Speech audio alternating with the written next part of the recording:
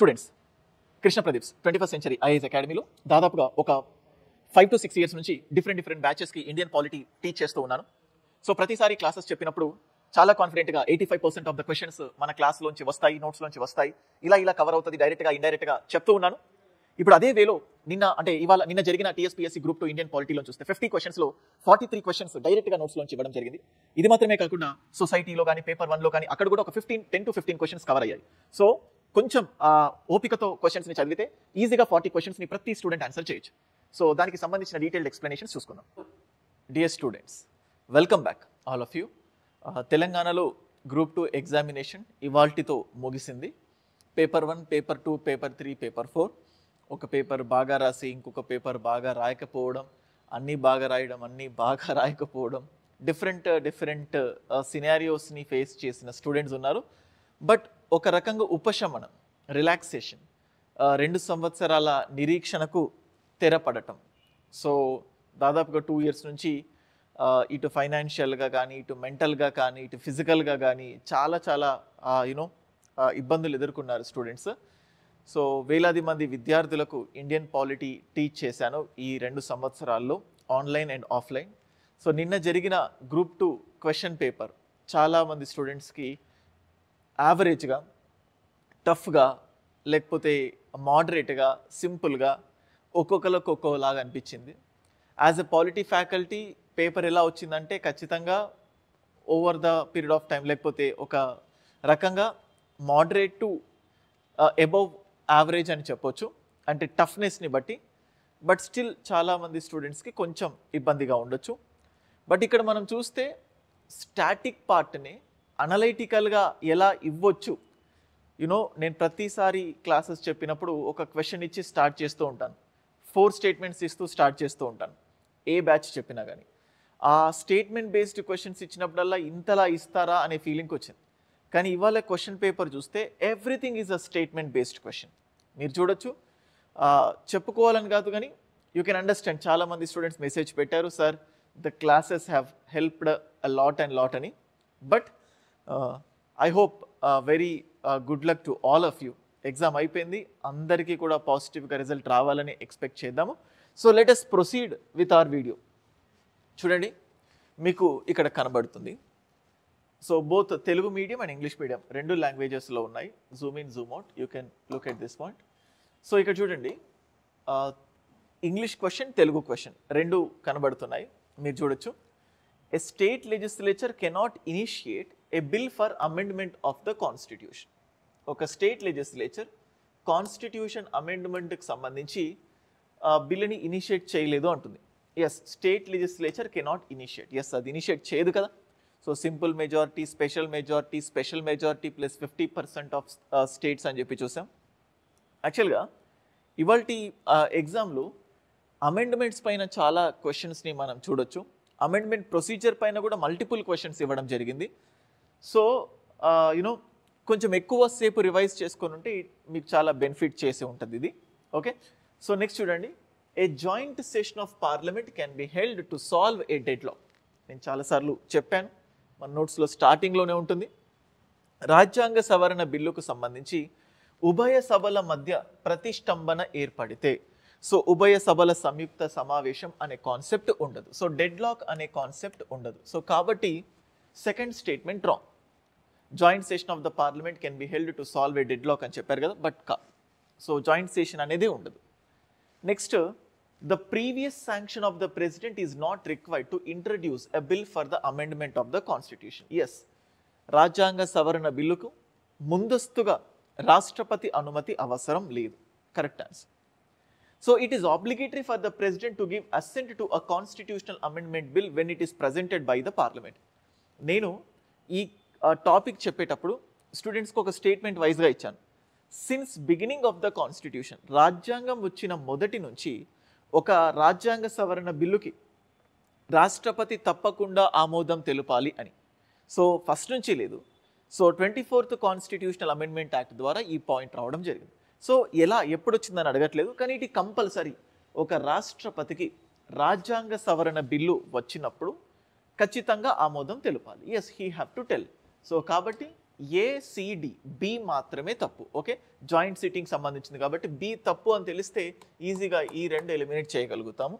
So ఏ గురించి discussion, state legislature అసలు start చేయలేదు అంటే ఎలిమినేషన్ ద్వారా ఆన్సర్ చేయడం కష్టం, బట్ కొంచెం ప్రయత్నిస్తే it will be easy. So కాబట్టి answer is A C D, option A C D. So A, C and D మాత్రమే. ఓకేనా గైస్, నెక్స్ట్ క్వశ్చన్. సో ఇంకొకటి, ఎగ్జామ్ రాసేటప్పుడు మీకు తప్పు పెట్టినా కానీ ఇక్కడ కరెక్ట్ అనిపిస్తుంది. అంటే ఇక్కడ ఏంటంటే ఎగ్జామ్లో నేను ఎప్పుడు చెప్తుంటాను కదా, ఒక కైండ్ ఆఫ్ స్ట్రెస్ఫుల్ ఎన్వైరన్మెంట్లో ఉంటారు స్టూడెంట్స్ కాబట్టి క్వశ్చన్ కూడా పూర్తిగా చదవలేని స్థితిలో ఉంటారు. అందుకోసం కొన్ని మిస్టేక్స్ చేయడానికి ఛాన్సెస్ ఉంటాయి. Okay, next let us discuss. The executive power of the president shall be exercised in accordance with the aid advise of the council of ministers. Yes, so రాష్ట్రపతి యొక్క కార్యనిర్వాహక అధికారాలు మంత్రిమండలి సలహా మేరకు మాత్రమే అమలు చేయగలుగుతారు. ఎస్, వాళ్ళు చెప్పినట్టే. అయితే దానిపైన మళ్ళీ స్పష్టత చాలా డీటెయిల్డ్గా ఉంటుంది, బట్ ఇక్కడ సింపుల్గా ఇచ్చారు కాబట్టి yes, it is correct. The effect of the Constitution, 44th Amendment Act 1978 is that, except in certain marginal cases referred by the Supreme Court, a refusal to act as per the advice of the Council of Ministers can lead to impeachment. అంటే మంత్రి మండలి చెప్పినట్టు రాష్ట్రపతి చేయకపోతే so రాష్ట్రపతిని మహాభియోగ తీర్మానం అంటే తొలగించవచ్చు. President can get removed. అంటే బేసికల్గా దీన్ని మనం ఈజీగా నో చెప్పేయచ్చు. ఎలా అంటే 44th కాన్స్టిట్యూషనల్ అమెండ్మెంట్ యాక్ట్ చాలా లిబరల్గా ఉంది. 42nd కాన్స్టిట్యూషనల్ అమెండ్మెంట్ యాక్ట్లో చేసిన మిస్టేక్స్, పొరపాట్లను అన్నింటినీ కూడా సరిచేయడానికి వచ్చింది. ఇన్ఫ్యాక్ట్ ఐ థింక్ ఇవాళనే అనుకుంటా పార్లమెంట్లో కూడా జైరామ్ రమేష్ అండ్ నిర్మలా సీతారామన్ మధ్యలో ఈ 42nd 44th constitutional amendment act గురించి డిస్కషన్ జరిగింది. సో ఓకే, సో ఇది తప్పు కంప్లీట్గా. అంటే కొన్నిసార్లు స్టేట్మెంట్ అట్రాక్టివ్గా అంటే టెంప్టింగ్గా ఉంటుంది, అది కరెక్ట్ అనిపించేంత రకంగా స్టేట్మెంట్స్ ఉంటాయి, but this is wrong. So A మాత్రమే, only A is the right answer. A మాత్రమే కరెక్ట్ ఆన్సర్. ఓకేనా గైస్, నెక్స్ట్. సో డైరెక్ట్గా ఆర్టికల్ బేస్డ్ క్వశ్చన్స్ ఇచ్చారు. చాలాసార్లు ప్రెసిడెంట్ టాపిక్ చెప్పినప్పుడల్లా 74, 75. 74 రాష్ట్రపతికి తన విధుల్ని నిర్వర్తించడంలో భాగంగా సలహాలు ఇవ్వడానికి మంత్రి మండలితో కూడిన అంటే ప్రధానమంత్రితో కూడిన మంత్రి మండలి ఉండాలి. So there has to be prime minister who is headed. So అంటే there has to be a council of ministers who is headed by the prime minister to aid and advise the president. So council of ministers to aid and advise president. So కాబట్టి 74కి ఇది correct answer. 75 prime minister appointment and అలాగే prime minister మాత్రమే కాదు council of ministers appointment కూడా article 75. ఇది చెప్పేటప్పుడు ఈ council of ministers, cabinet ministers, ministers of state, ఇందులో ఏవేవి లేకపోతే డెప్యూటీ మినిస్టర్స్ ఏవేవి కాన్స్టిట్యూషన్లో మెన్షన్ చేసి ఉన్నారు అన్న కంటెక్స్ట్లో కూడా నేను చాలాసార్లు అడిగాను ఎగ్జామ్లో. సో అంటే క్లాస్ చెప్పేటప్పుడు. సో దాంట్లో మీరు ఈ పాయింట్ని స్ట్రెస్ చేశాను. బేసికల్గా simple question, 61 impeachment of the president. So కాబట్టి ఏకేమో ఆప్షన్ బి, బికేమో ఆప్షన్ ఏ అంటే ఆప్షన్ 1 బిఏ. సో నెక్స్ట్ మనం ఇక్కడ చూస్తే సో ఇలా చూడాలేమో, ఏకి ఆప్షన్ 2, తర్వాత బికి option 1, 61 impeachment of the president, తర్వాత option 4, 72 that is powers of the president to grant pardon. So that is 3. So 2143, 2143. So 2143 this is the answer. ఇది కరెక్ట్ ఆన్సర్. పార్డన్స్లో మళ్ళీ క్షమాభిక్ష అధికారంలో పార్డన్ అని, కమ్యూటేషన్ అని, రెమిషన్, రెస్పైట్, రెప్రైవ్, ఇలా డిఫరెంట్ థింగ్స్ ఉంటాయి, బట్ వెరీ బేసిక్ క్వశ్చన్ ఇది. So I don't want to go deeper in to this. Next, ఇది సింపులే కానీ కొంచెం కన్ఫ్యూజ్డ్గా అడిగారు అంతే. సో మనం కాన్స్టిట్యూషనల్ బాడీస్ గురించి, రాజ్యాంగబద్ధ సంస్థల గురించి డిస్కస్ చేసేటప్పుడు ఫస్ట్ నుంచి జాతీయ ఎస్సీ/ఎస్టీ కమిషన్ రాజ్యాంగబద్ధ సంస్థ కాదు, తర్వాత ఎస్సీ/ఎస్టీ కమిషన్ కాన్స్టిట్యూషనల్ బాడీగా ఏర్పడింది, తర్వాత ఎస్టీ కమిషన్ సపరేట్ అవ్వడం, తర్వాత మళ్ళీ బీసీ కమిషన్కి కూడా కాన్స్టిట్యూషనల్ స్టేటస్ ఇవ్వడం. సో వీటన్నిటి గురించి కూడా మనం చెప్పుకుంటూ వస్తున్నాం. ఓకే, సో దాంట్లో భాగంగా you can look at this. National commission for scheduled caste అంటే బేసికల్గా ఎస్సీ కమిషన్ అయినా, ఎస్టీ కమిషన్ అయినా, బీసీ కమిషన్ అయినా ఒక chairman plus vice chairman 3 other members ఉంటారు. సో కాబట్టి ఇక్కడ national commission for scheduled castes consists of chairman, vice chairman and 3 members. Yes, ఇది correct. So first option correct. భారత రాజ్యాంగం ఆర్టికల్ 338వ ప్రకరణను సవరించి షెడ్యూల్ తెగల జాతీయ కమిషన్ను ఏర్పాటు చేశారు. ఎస్, ఒకప్పుడు 338 ఉండే, ఒకప్పుడు స్పెషల్ ఆఫీసర్ ఫర్ అంటే ఒక ప్రత్యేక అధికారి ఉండేవాళ్ళు. దీనికి ఎస్సీ ఎస్టీల సంరక్షణలు ఏవైతే ఉన్నాయో సో వాళ్ళకు కల్పించిన సంరక్షణలు సరిగ్గా అమలవుతున్నాయో లేవో వాటిని చూడటానికి ఒక ప్రత్యేక అధికారి, ఆయన్ని కమిషనర్ అని పిలిచేవాడు. తర్వాత మెల్లిమెల్లిగా ఇవాల్వ్ అవుతూ ఆ పొజిషన్ వెళ్ళిపోయింది. జాతీయ ఎస్సీ ఎస్టీ కమిషన్ కాన్స్టిట్యూషనల్ బాడీగా ఆర్టికల్ 338లో వచ్చింది. తర్వాత ST commission got separated from SC commission. దానికోసం ఆర్టికల్ 338ఏని తీసుకురావడం జరిగింది. ఆ తర్వాత national commission for backward classes దానికి సంబంధించి మళ్ళీ ఆర్టికల్ 338B కూడా యాడ్ అయింది. సో అప్పుడప్పుడు చెప్పాను కొన్నిసార్లు స్పెషల్ రిజర్వేషన్స్ ఉన్నప్పుడు ఫ్యూచర్లో మహిళ నేషనల్ కమిషన్ ఫర్ విమెన్కి కాన్స్టిట్యూషనల్ స్టేటస్ రావచ్చు, లేకపోతే ఎకనామికల్లీ వీకర్ సెక్షన్స్కి సంబంధించి ఒక చట్టబద్ధమైన సంస్థ, తర్వాత రాజ్యాంగబద్ధమైన సంస్థ ఇలా ఇవాల్వ్ అవుతూ రావచ్చు అని చెప్పి. But fine. సో ఇక్కడ సెకండ్ కూడా కరెక్ట్. అయితే national commission for backward classes consists of 1 chairman, 3 vice chairman and 5 members. అంటే ర్యాండమ్గా ఇది రాంగ్ స్టేట్మెంట్ ఇచ్చారు. అంటే అది చూసిన అంటే వెంటనే ఇమీడియట్గా తెలుస్తుంది. సో చైర్మన్, వైస్ చైర్మన్ ఇది అని చెప్పి. So very very simple question. So A and b మాత్రమే కరెక్ట్ ఆన్సర్స్. ఇంకొకటి, ఈ రాజ్యాంగబద్ధ సంస్థలు, రాజ్యాంగేతర సంస్థలు వీటన్నింటినీ అపాయింట్ చేసేది ప్రెసిడెంట్. సింపుల్గా you can answer that. Next దానికి extension, the appointment of special officer for linguistic minorities. Special అంటే సేమ్ ఇంతకుముందు ఎస్సీ ఎస్టీ బీసీ కమిషన్స్ ఉన్నట్టే so special officer for linguistic minorities ఇది కూడా ఒక కాన్స్టిట్యూషనల్ బాడీయే. అండ్ వీళ్ళను, ఇది కూడా ఒక రాజ్యాంగబద్ధ సంస్థ, వీళ్ళను అపాయింట్ చేసేది ప్రెసిడెంట్ ఆఫ్ ఇండియా. ఓకేనా? సో ఇటు తెలంగాణలో గ్రూప్ 3 ఎగ్జామ్ అయిపోయింది, గ్రూప్ 2 కూడా అయిపోయింది. సేమ్ ఇదే ఏపీ స్టూడెంట్స్ కూడా చాలా చెప్తున్నాను, ఎందుకంటే 75 మార్క్స్కి ఇండియన్ పాలిటీ ఉండబోతుంది. సో ఒక రకంగా ఈ క్వశ్చన్ పేపర్ చూస్తే యూ కెన్ అండర్స్టాండ్, అంటే సిలబస్ కొంచెం డిఫరెంట్ ఉన్నప్పటికీ కూడా సో ఎంత టిపికల్గా ఉంది, ఎంత ఈజీగా ఉంది, ఏవి మోడరేట్ క్వశ్చన్స్ ఉన్నాయి, ఖచ్చితంగా ప్రతి స్టూడెంట్ అనలైజ్ చేయాల్సిందే. సో దానికోసం this will play a very crucial role. So ఇది first point. And next, consider the following objectives of national mission for justice delivery and legal reforms. National mission for justice delivery and legal reforms.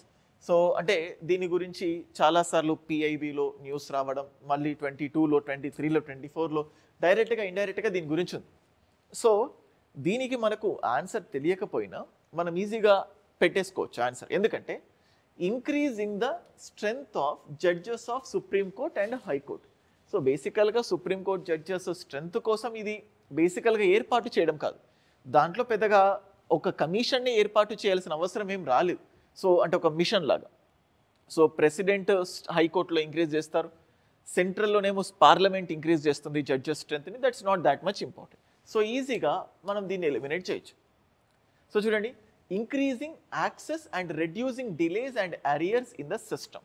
So yes, judicial సిస్టంలో so న్యాయ వ్యవస్థలో చేరువను పెంచడం, ఆలస్యం మరియు పాత కేసుల సంఖ్యను తగ్గించడం. సో దానికోసం yes, it's correct. Enhancing the accountability through structural change and by setting performance standards and capacity. Yes, ఇది కూడా కరెక్టే. సో బి అండ్ సి మాత్రమే correct. So B and c is the right answer. So too much deeper explanation ఇవ్వట్లేదు, no need. మీరు exam అయిపోయి ఒక emotional స్టేట్లో ఉన్నారు, you're expecting more right answers for that.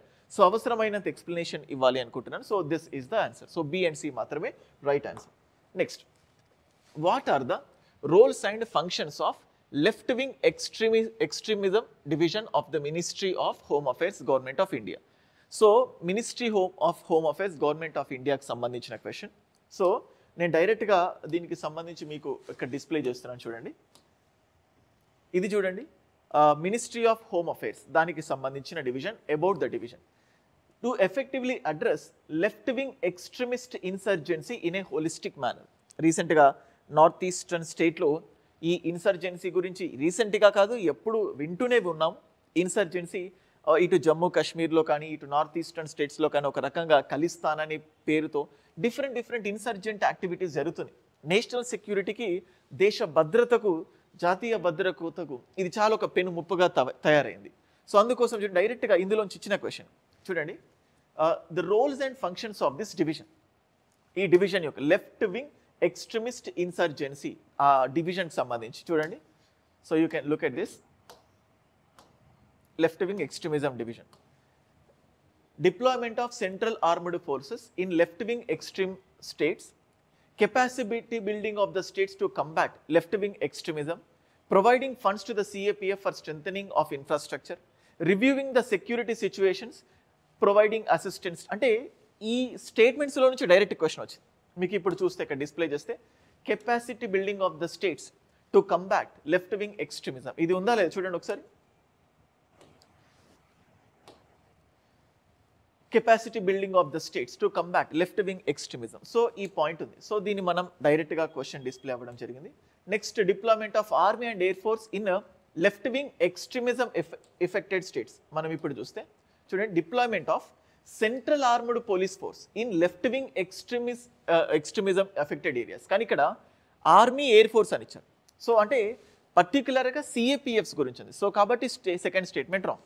మళ్ళీ ఇప్పుడు చూస్తే డిప్లాయ్మెంట్ ఆఫ్ ఇది రాంగ్ అని తెలిసింది. Providing assistance to the state government for initiatives of left wing ఎక్స్ట్రీమిజంకి సంబంధించి చూడండి, providing assistance to the state government for the initiatives to combat left wing extremism in the form of funds for the items of emergency. So direct point వచ్చింది, మీకు ఇవన్నీ display అవుతుంది. So కాబట్టి డైరెక్ట్గా ప్రూఫ్తో సహా చెప్పాలనుకున్నాను. సో ఇది కూడా right. So A and C మాత్రమే correct. So A and C మాత్రమే కరెక్ట్, బి కరెక్ట్ కాదు. So B is a wrong answer. వామపక్ష తీవ్రవాదం అరికట్టడానికి రాష్ట్ర ప్రభుత్వాల కార్యక్రమాలను సహాయం అందించడం అనేది కొంచెం ట్రాన్స్లేషన్ కరెక్ట్గా ఇవ్వలేదు, బట్ ఇట్స్ ఓకే. చూడండి నెక్స్ట్ ఇది కూడా ఒక రకంగా మళ్ళీ ఎక్స్ట్రీమిజంకి సంబంధించింది, ముఖ్యంగా లెఫ్ట్ వింగ్ ఎక్స్ట్రీమిజం, వామపక్షాలకు దానికి సంబంధించింది. సో ఒక రకంగా indirect form of naxalism. First నుంచి కూడా నక్సలిజం అనేది దేశ భద్రతకు, జాతీయ భద్రతకు చాలా ఒక క్వశ్చన్ మార్క్గా ఉంటూ వస్తుంది. బట్ ఫైన్, దీన్ని మనం ఆన్సర్ చేయాలంటే ఇది చూడండి, మ్యాచ్ ద ఫాలోయింగ్, దేనికి కరెక్ట్ మ్యాచింగ్స్ ఉన్నాయని అడుగుతున్నారు. ఇప్పుడు మనకి ఇక్కడ చూస్తే గ్యారో.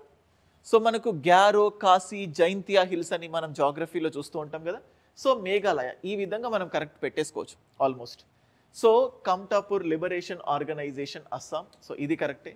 సో కాంగ్లై యావోల్ కన్నాలు Manipur, people's liberation army Nagaland. So ఇది బేసికల్గా ఇది నాగాలాండ్ కాదు, ఇది మణిపూర్లో ఉంది. People's liberation army that is there in the Nagaland. So ఇది మణిపూర్లో ఉంది.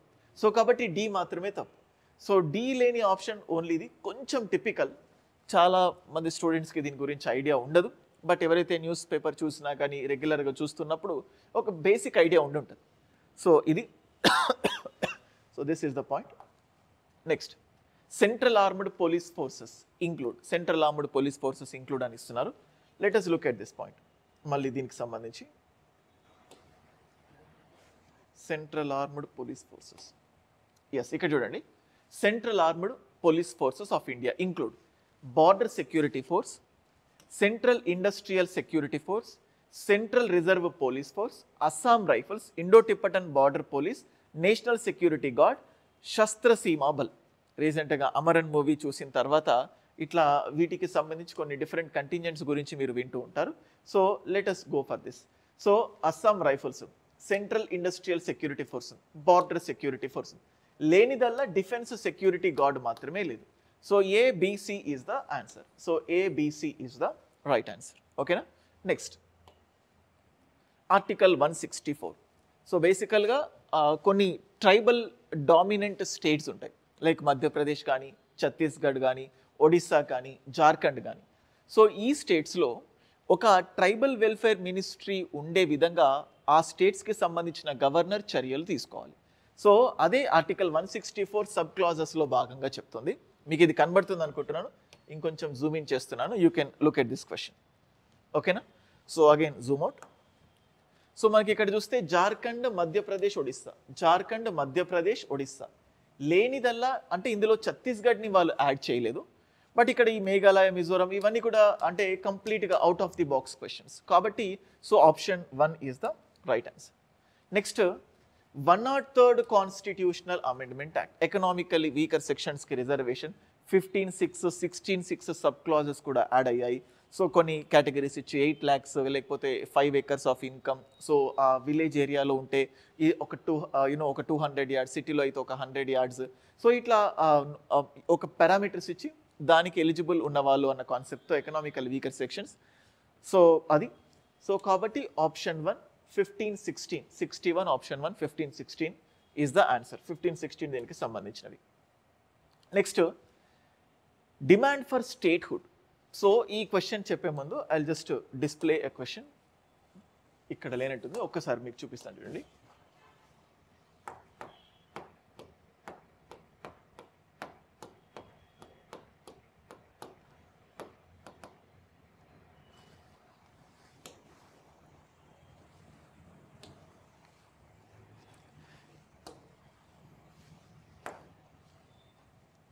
సో మీకు ఇక్కడ కనబడుతుంది చూడండి, డిమాండ్ ఫర్ స్టేట్హుడ్ అని. సో ఇది ఇక్కడ ఎస్, ఇక్కడ మీకు డిస్ప్లే అవుతుంది చూడండి. కొడగు మీకు ఇక్కడ చూస్తూ ఉంటే, సో తులునాడు, కొడగు ఇవి రెండు కూడా కర్ణాటకకు సంబంధించి. తులునాడు, కొడగు, ఇది కొడగు ఇచ్చారు కర్ణాటక. మనకి ఇక్కడ చూస్తే ఇదంతా అస్సాం రీజియన్. అస్సాంలో బోడోల్యాండ్ అని ఇచ్చాడు, బోడోల్యాండ్ అస్సాం. సో మళ్ళీ ఇక్కడ చూస్తూ ఉంటే బీహార్కి సంబంధించి మిథిలాంచల్. సో అండ్ అలాగే హరిత్ ప్రదేశ్, పూర్వాంచల్, బుందేల్ఖండ్, బాగేల్ఖండ్ ఇదంతా కూడా ఉత్తరప్రదేశ్కి సంబంధించి. సౌరాష్ట్ర, గుజరాత్కి సంబంధించి. మారుప్రదేశ్, రాజస్థాన్, ఇది కూడా ఎగ్జాంపుల్ ఇప్పుడు ఇచ్చారు. మారుప్రదేశ్ ఇచ్చారు, రాజస్థాన్.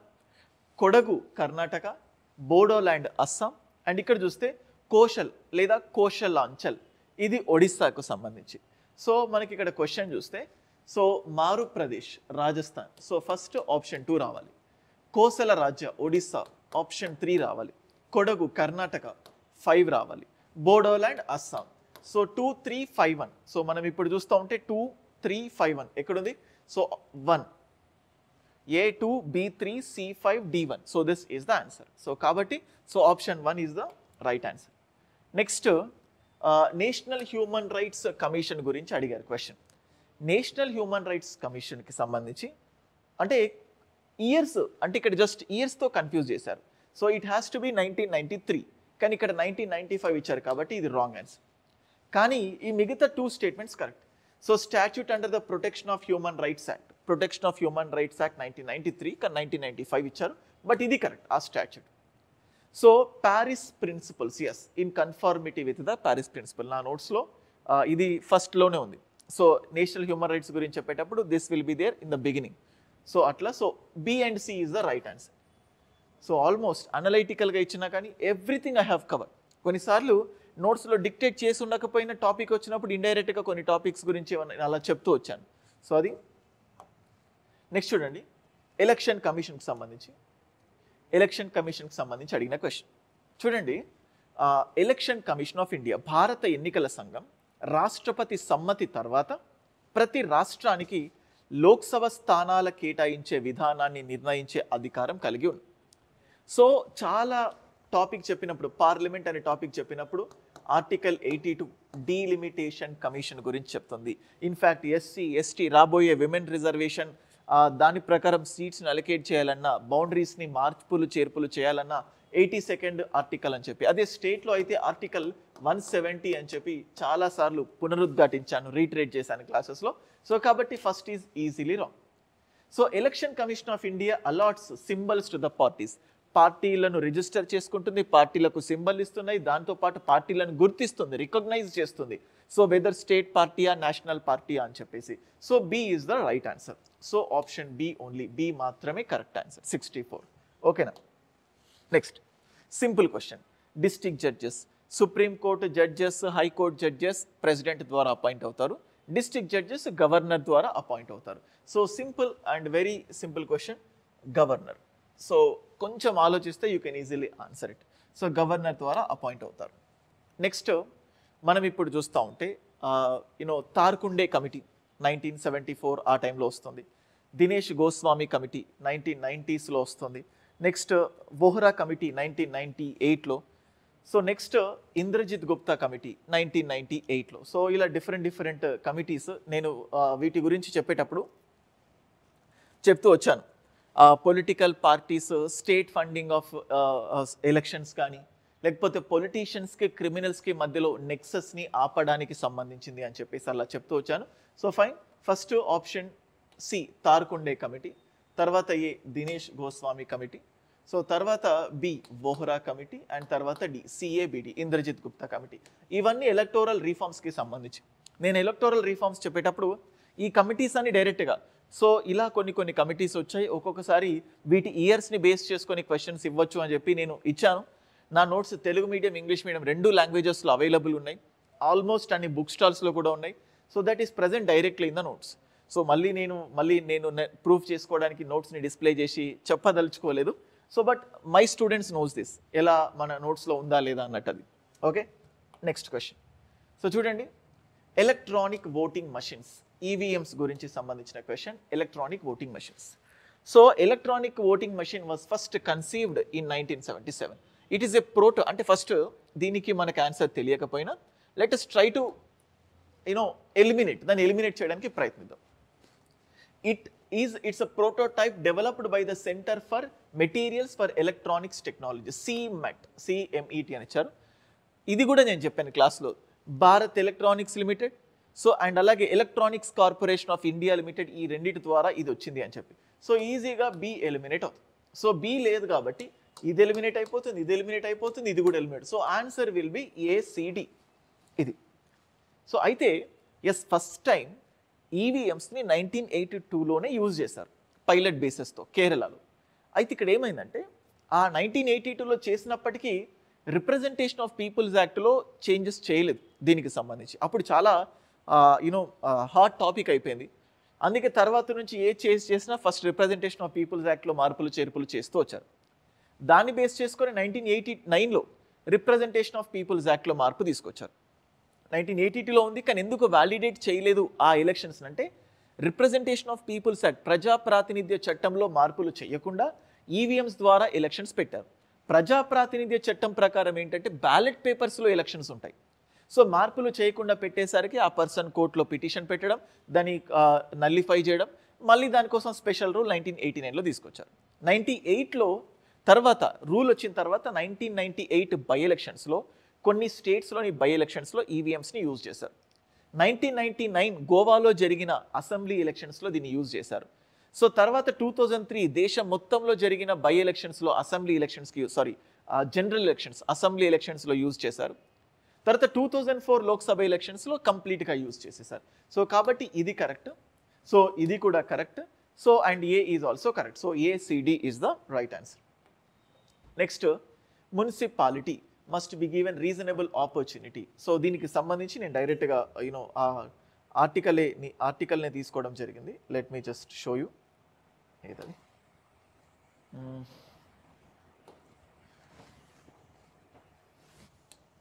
సో ఇక్కడ చూడండి, 243U మనకి ఇచ్చిన క్వశ్చన్ డైరెక్ట్గా ఇందులోంచి ఇచ్చారు. Every municipality unless sooner dissolved under any law for the time being in force shall continue for 5 years from the date appointed. No amendment of any law for the time being force shall have the effect causing dissolution of the municipality at any level. So direct ga ochina question idi. So if we look at this, ante reasonable opportunity ane concept undiga chudandi.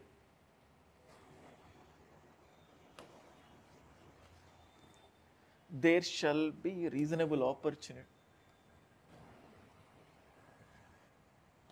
Expiration, before expiration, duration. So reminder, constitution expiration.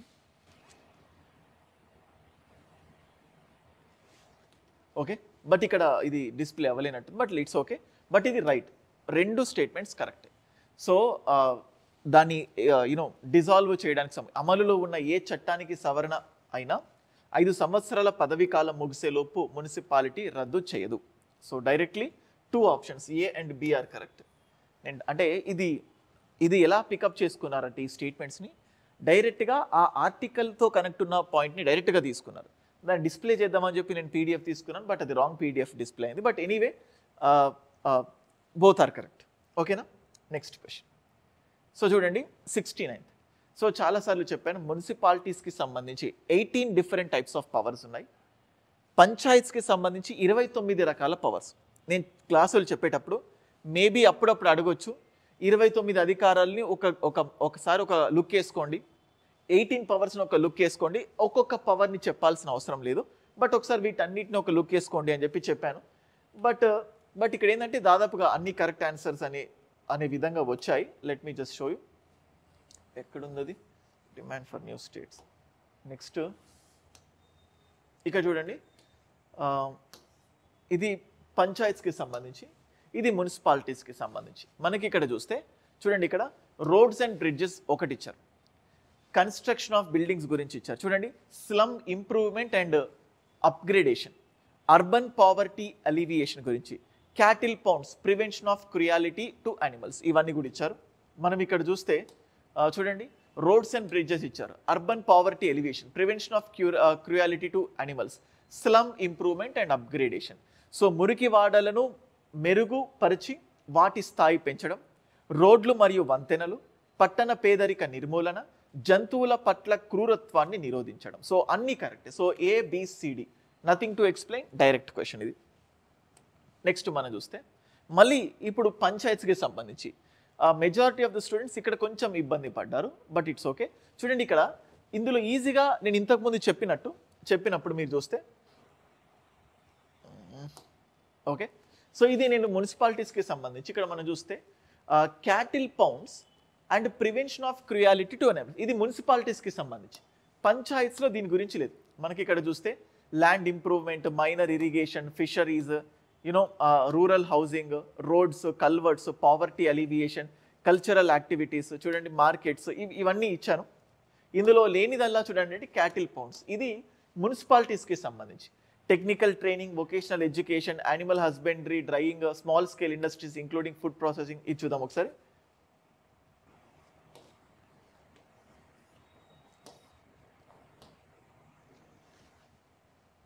Small scale industries including food processing industries, డైరెక్ట్గా ఇచ్చారు, అంటే modify కూడా చేయలేదు, ఉన్నది ఉన్నట్లుగానే ఇచ్చేసారు డైరెక్ట్గా. So only C మాత్రమే తప్పు, సి లేనిదల్లా ఇక్కడ సి ఉంది తప్పు, ఇక్కడ సి ఉంది తప్పు, ఇక్కడ కూడా సి ఉంది. So option 4. అంటే ఎగ్జామ్లో ఇంత చురుకుగా మన బ్రెయిన్ ఆలోచించదు, సో కాబట్టి కొంచెం కూల్గా ఉంటే మనకు గుర్తొస్తుంది.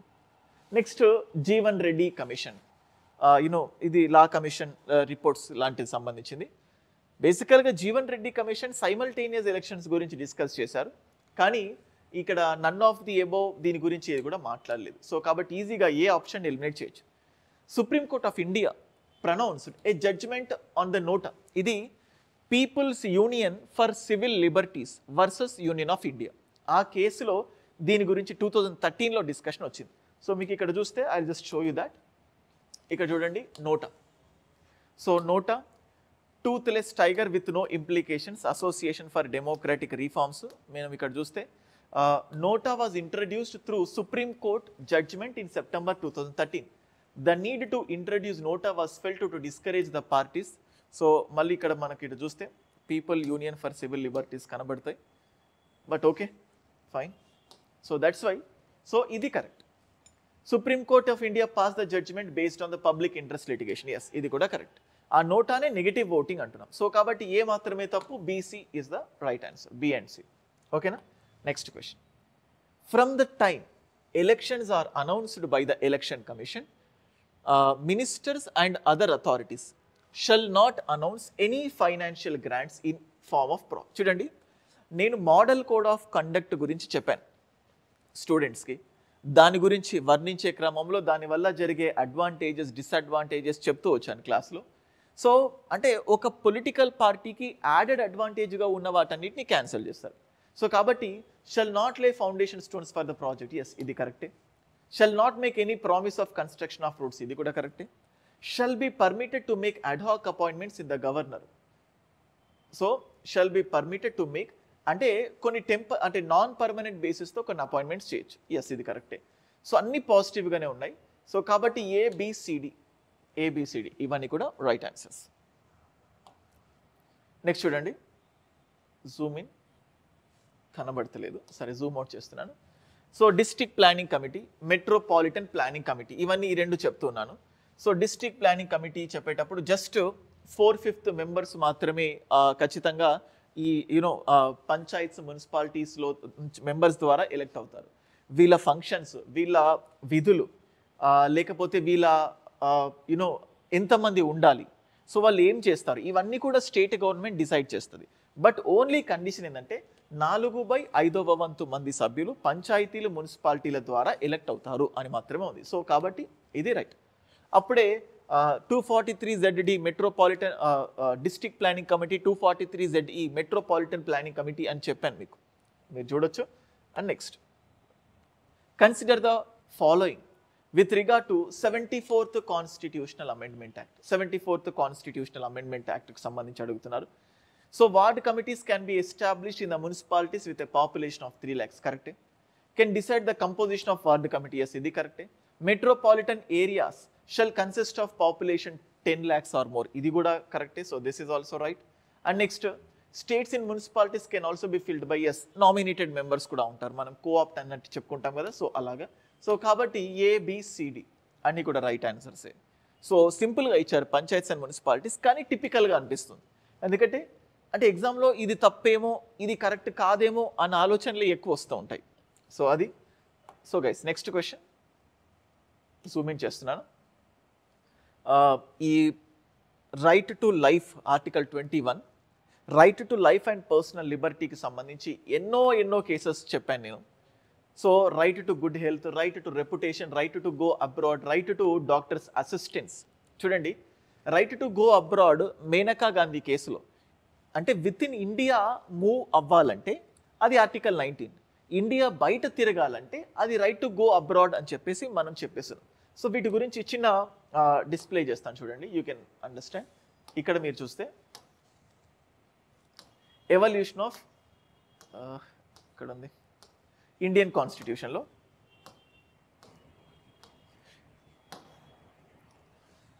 Basic evolution, AK Gopalan, it's okay, కరెక్సింగ్ judgement, personal Liberty, Maneka Gandhi case, judgement ఏముందో చెప్తుంది. International relations, just want to show you.